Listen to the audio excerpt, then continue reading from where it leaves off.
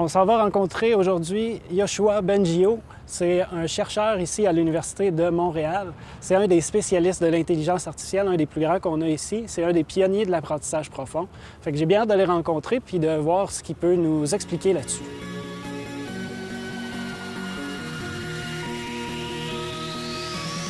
Pour construire une machine intelligente, cette machine a besoin de connaissances sur le domaine sur lequel elle va opérer.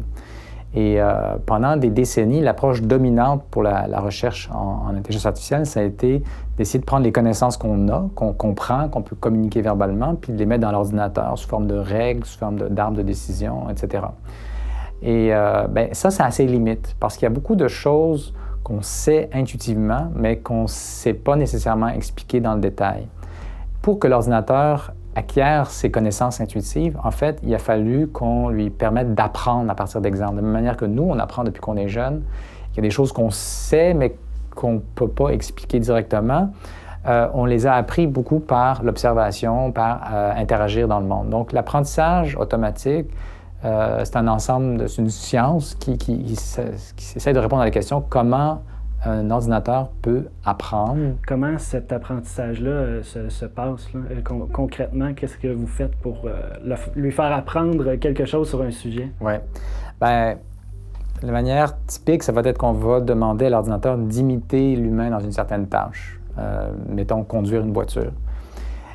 Donc, on va donner à l'ordinateur beaucoup d'exemples. Mettons, dans telle situation, c'est ça les images que la voiture voit.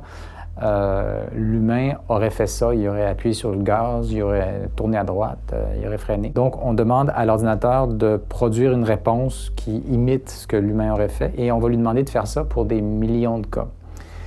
Comment est-ce qu'il va apprendre à faire ça? Bien, un peu comme un étudiant qui répète des exercices puis qui s'améliore un petit peu à chaque fois. Donc, on lui présente un exemple. On lui demande sa réponse, qu'est-ce qu'il aurait fait, c'est quoi sa prédiction, c'est quoi l'action qu'il suggère. Et on va comparer ça avec la bonne réponse, en tout cas celle qu'un humain aurait donnée. Et ensuite, on va changer un petit peu le système de prédiction. On va changer des nombres à l'intérieur de la machine, un tout petit peu, pour que si la même situation se répétait, l'erreur serait plus faible, que ça ressemblerait plus à ce qu'un humain aurait fait. Puis si on fait ça suffisamment de fois, ça finit par faire le bon travail.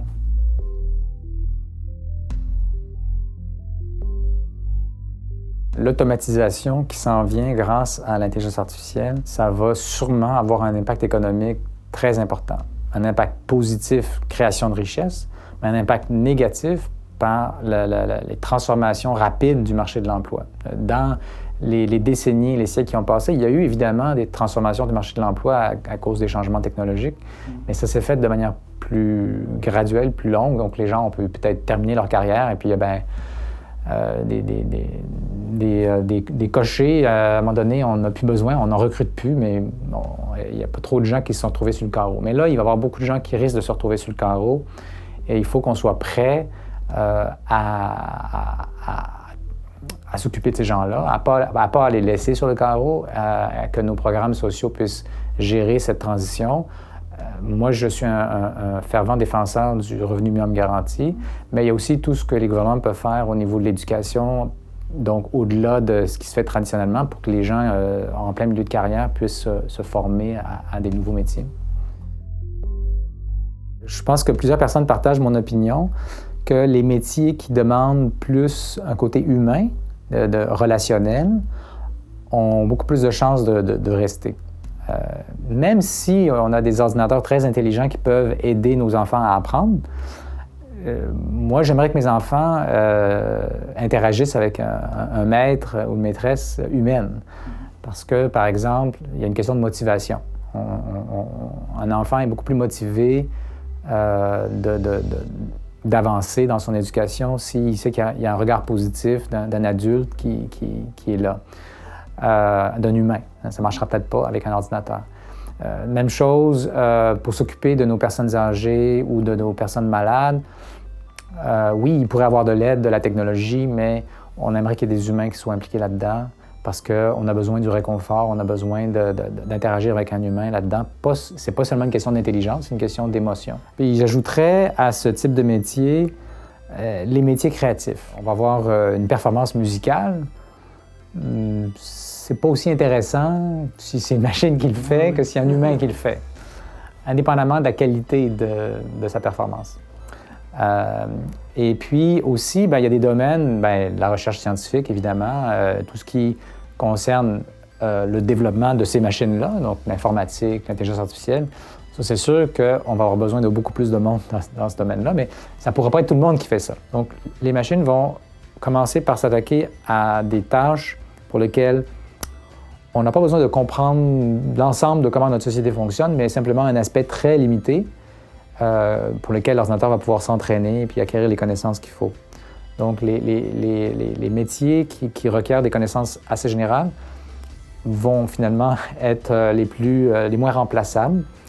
Et c'est pour ça, et aussi parce qu'on ne sait pas tellement où on s'en va, il y a beaucoup d'incertitudes, que je pense que c'est très important qu'on réoriente le système d'éducation vers la formation généraliste, la compréhension du monde qui nous entoure, qui n'est pas trop spécialisé, qui n'est pas orienté vers un métier précis, une tâche très, très précise, qui sera peut-être plus là dans 10 ans. Moi, ce qui m'intéresse, c'est de comprendre la nature de l'intelligence. Donc, je suis un chercheur qui veut comprendre c'est quoi les principes mathématiques, informatiques qui expliquent notre intelligence et peuvent nous permettre de construire des machines intelligentes. C'est quoi les principes un peu universels de l'intelligence basés sur l'apprentissage, parce que je pense que c'est le cœur de la question.